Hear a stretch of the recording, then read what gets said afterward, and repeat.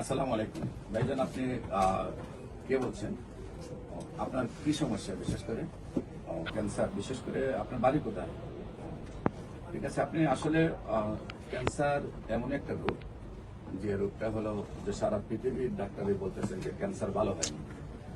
আপনি যদি বিশেষ করে বাংলাদেশ নয়, সারা ওয়ার্ল্ডের ডাক্তারদেরকে আপনি প্রশ্ন করেন আপনার যে ক্যান্সারটা হয়েছে, আপনার রিপোর্টগুলো আমি দেখেছি, আপনার যে ভিডিওটা সেটাও আমি দেখেছি।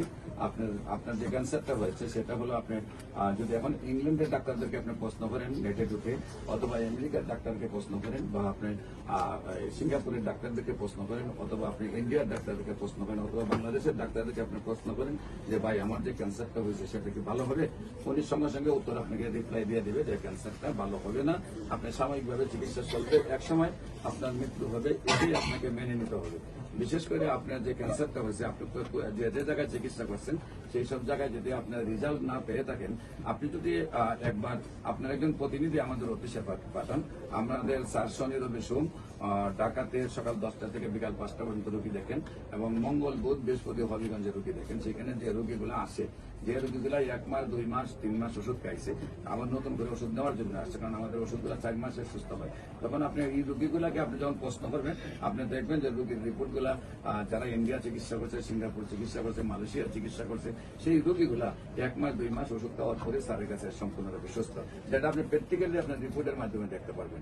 আর বিশেষ করে ক্যান্সার গবেষক ডাক্তার এসএম সারওয়ার ইউটিউবে চার্জ করলে আপনারা 5,500 ঊর্ধ্বে ক্যান্সার রোগীর সাক্ষাৎকার পাবেন যারা সুন্দরভাবে সুস্থ হয়েছে। বিশেষ করে হবিগঞ্জের ব্যারিস্টার সুমন সাহেব, তারা অ্যাডভোকেট তহিনের আম্মা, সোনারঘাট বাগবাড়ি হান্নান মিয়া সাহেবের ওয়াইফ, উনি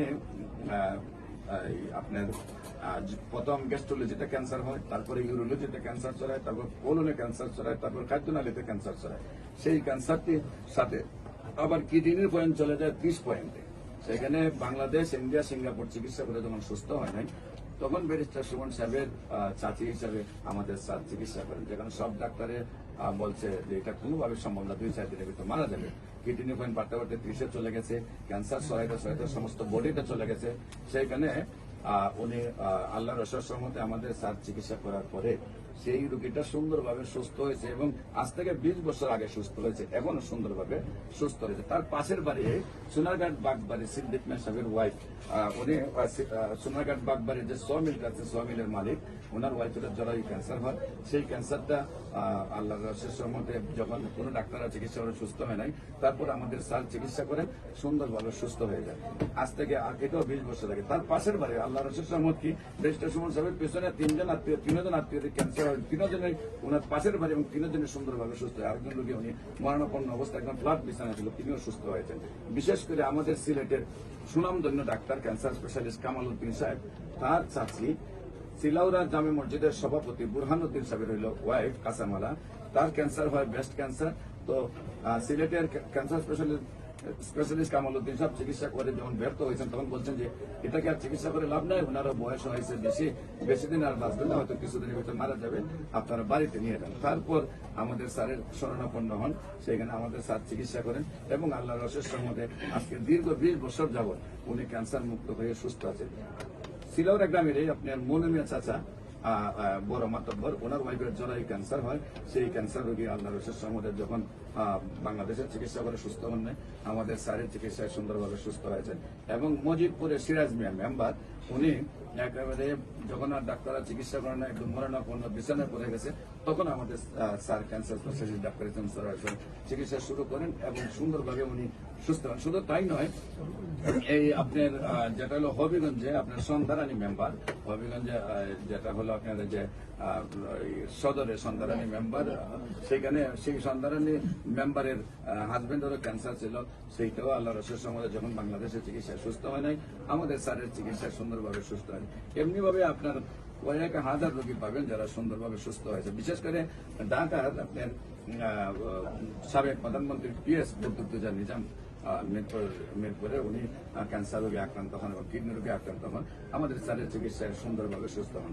বিশেষ করে আমাদের যে সাবেক রেলমন্ত্রী মুজিবুল হক সাহেব, ওনার প্রধান গান মুস্তাফিজুর রহমান, তাদের পরিবারের 10 জন MBBS ডাক্তার আছে, তাদের ভাই আপনার হচ্ছে শেরপুর সদরের হাসিমে আমাদের স্যারের যখন উনি স্যারের কাছে আসছে একেবারে কাপড়ের কাপড় গলায় নিয়ে আসছে যে আমি তো আর বাঁচবো না, স্যার আপনি আর চিকিৎসা দিয়ে লাভ কি, আমি ওই দেখেন কাপড়ের কাপড় নিয়ে আসছি, আমি আর বাঁচবো না, ডাক্তার সব ডাক্তার বলে দিচ্ছে বাঁচবো না, আর আপনি তো এটাই বলবেন, ঠিক আছে ওষুধ দেন, আমি যে কয়দিন বাঁচি খাই।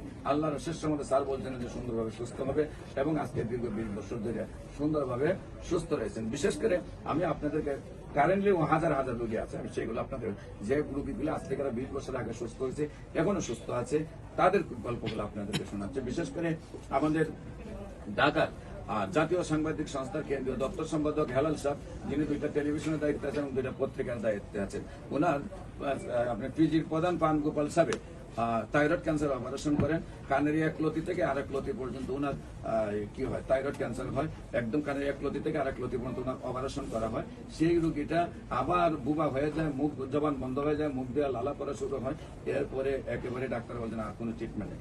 সেই অবস্থায় আমাদের স্যার চিকিৎসা শুরু করেন এবং আজকে দীর্ঘ 20 বছর যাবৎ সেই হেলাল সাহেব সুন্দরভাবে সুস্থ আছেন।